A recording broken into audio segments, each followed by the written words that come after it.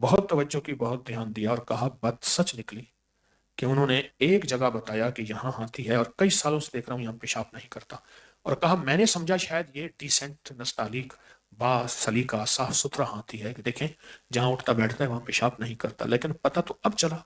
اور کہا کہ انہوں نے وہاں کھودا تو نیچے سے کسی دیوار کے آثار ملے، کیسے کسی دور میں کوئی یہاں محل تھا، قلعہ تھا، کوئی بڑا گھر تھا، آثار ملے۔ اور کہا کہ آثار ملنے کے بعد سیڑھیوں کے آثار ملے، لیکن لوگوں کو پتہ چل گیا، اور کہا جو وہاں اس علاقے کے مالک تھا اس سے پتہ چلا کہ یہاں خزانہ ہے، بات نکلی، اس نے ان کو ہٹا دیا، فوراً وہاں چار دیواری دے دی۔ اس کے بعد کہا کہ ہمیں پتہ چلا کہ وہ آنن فانن مالدار ہو گیا، تو ظاہر خزانہ ہی تو نکلا کہ آنن فانن مالدار ہو گیا۔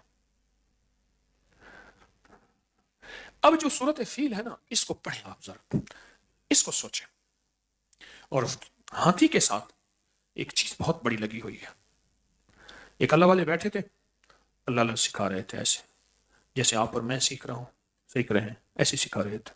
ایک اللہ والے بیٹھے تھے تو اٹھنا شروع ہو گئے ان کے شاگرد، ایک اٹھا، دوسرا اٹھا، تیسرا اٹھا، چوتھا اٹھا، اور جو پیچھے والے تھے وہ آگے آنا شروع ہوئے، حتیٰ کہ ان میں سے ایک بیٹھ گئے، ایک بیٹھے، ایک بچے، باقی سب چلے گئے۔ تو انہیں پوچھا یہ کہاں گئے ہیں؟ انہوں نے کہا جی مدینہ کی گلیوں میں ہاتھی آیا ہے۔ تو صورت فیل تو سنی تھی، ہاتھی افریقہ کا جانور ہے، سارے ہاتھی دیکھنے گئے ہیں، تو نہیں گیا؟ اس نے کہا کہاں اسپین، اندلس، اور کہاں مدینہ؟ میں تو آپ کے پاس امام مالک رحمۃ اللہ علیہ سے کہنے لگا، میں تو آپ کے پاس اللہ اللہ سیکھنے آیا ہوں، ایسے کئی ہاتھی آئے جائیں میری بلا سے۔ اس بندے کا نام تھا یحییٰ بن یحییٰ اندلسی، یحییٰ بن یحییٰ اندلسی۔ تو شیخ نے وجد میں آ کے کہا، مرشد نے جلال میں فرمایا، اگر تو باقی بچائے تو ہی رہے گا۔ پوری انسانیت کی تاریخ آج صدیاں ہو گئی ہیں، امام مالک رحمت اللہ علیہ کا تعارف جب زندگی میں آئے گا تو امام مالک کا تعارف کرانے والوں میں جن چند شخصیات کو اللہ نے سعادت دی ہے، ان میں سب سے ٹاپ پہ ایک ہستی کھڑی ہوگی، اور وہ ہے یحییٰ بن یحییٰ اندلسی۔ صرف اپنے مرشد کا احترام، ادب، انہیں جی کئی ہاتھی آئے جائیں، ہاتھی نہ دیکھا تو کون سی بات ہے، اور آپ کی صحبت اور آپ کی قدردانی بس میرے لیے یہ سب سے بڑی کائنات ہے، میرا یہ سب سے بڑا سرمایہ ہے، میری یہ سب سے بڑی زندگی ہے، آپ کی صحبت، آپ کی صحبت۔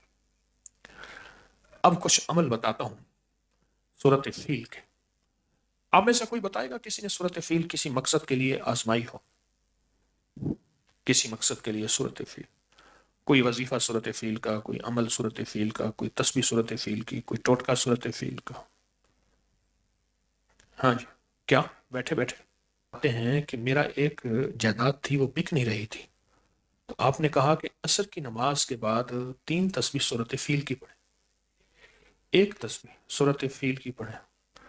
میں نے عرض کیا انہیں، تو کہنے لگے کہ میں نے ایک تسبیح صورت فیل کی عصر کی نماز کے بعد پڑھی تو میری جائیداد بہت نفع میں بکی، یہ الفاظ، بہت نفع میں بکی، جو پہلے میری پراپرٹی بک ہی نہیں رہی تھی۔ اور کسی کا تجربہ صورت فیل میں، کسی نے صورت فیل کو کسی مقصد کے لیے آزمایا؟